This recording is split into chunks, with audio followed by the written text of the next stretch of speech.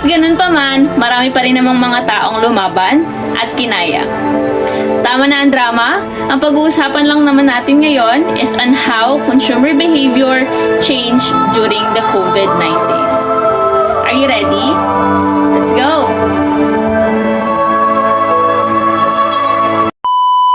So we have three sectors to focus on. The first one is social status, including the living, health, and mental health. The second one is marketing, and then the third one is economic. So let's proceed to the first one, which is social status. So paano nga ba naka-apekto yung social status in terms of consumer behavior? So it's already divided into three types. The first one is health, the second one is mental, and then the third one is living. It's all about on how we run our lives every day. During the pandemic, maraming pamumuhay na naapektuhan. Mayaman man o mahirap ay hindi pinalagpas.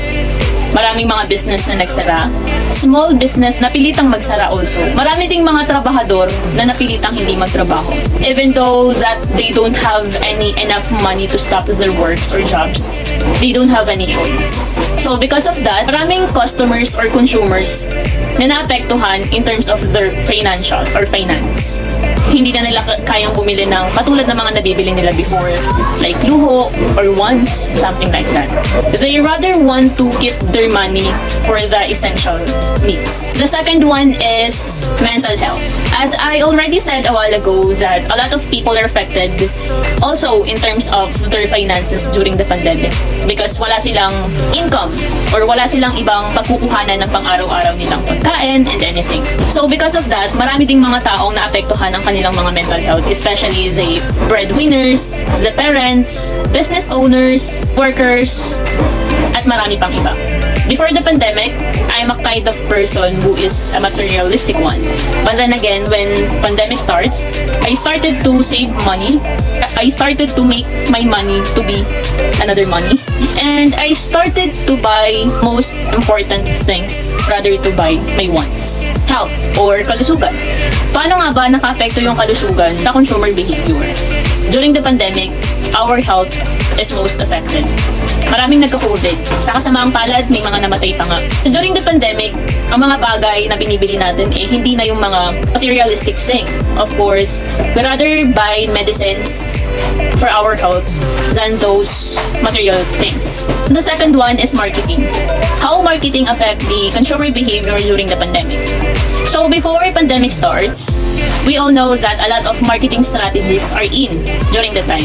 A lot of people are able to go outside, to go into the mall. So on that way, marketers are able to deliver to the customer what they are trying to sell. During the pandemic, those setup are ended. Hindi na sila pwedeng mag-mall kasi sarado na yung mga mall. How marketers cope up their marketing strategies or marketing during the pandemic.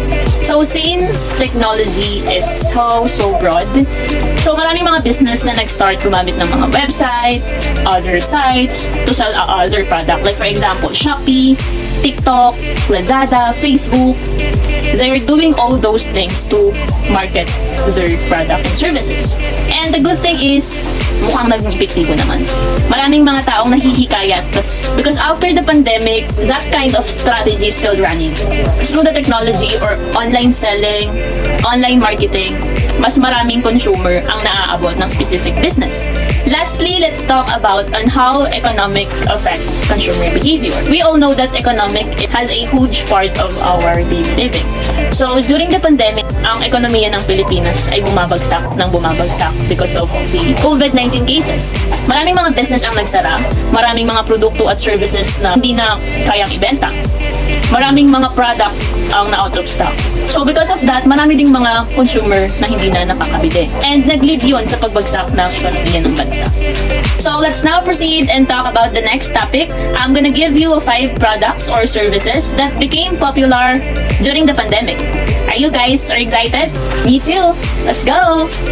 The 3 types of services that I'm gonna give you is 3 types of riders. The first one is passenger rider. And then the second one is delivery rider. And then the third one is delivery food rider. Let's talk about first, going to work is so hard during the pandemic. Dahil alam natin na nag-close din yung mga transportation. So that is the first service that became popular during the pandemic. And then for me, the second one is delivery riders.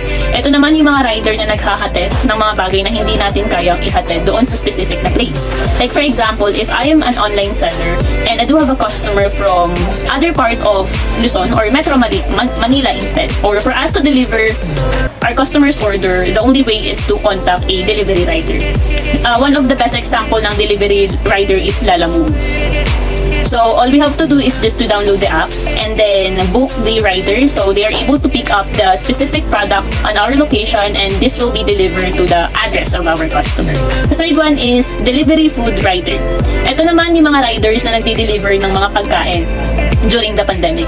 We all know that during the pandemic, lahat tayo ay bawal lumabas unless we have important things to do outside our home, like work, if we are a frontliner, something like that. By our delivery food riders, we are able to order a food from a fast food chain, like for example, GrabFood or Foodpanda.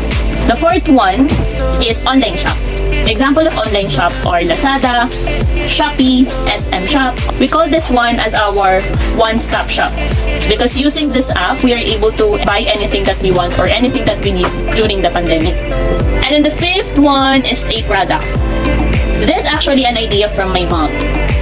And this is a plants or mga halaman. If we notice during the pandemic, a lot of mommies, titas, grandma, grandpas are started to have an interest on getting different types of plants. We are actually started calling them like plantita and plantitos. So during the pandemic, isa to sa mga naging libangan ng, and also a lot of business owners started to open a small business or even big businesses that actually selling different types of plants. It's a wrap. Thank you so much for watching.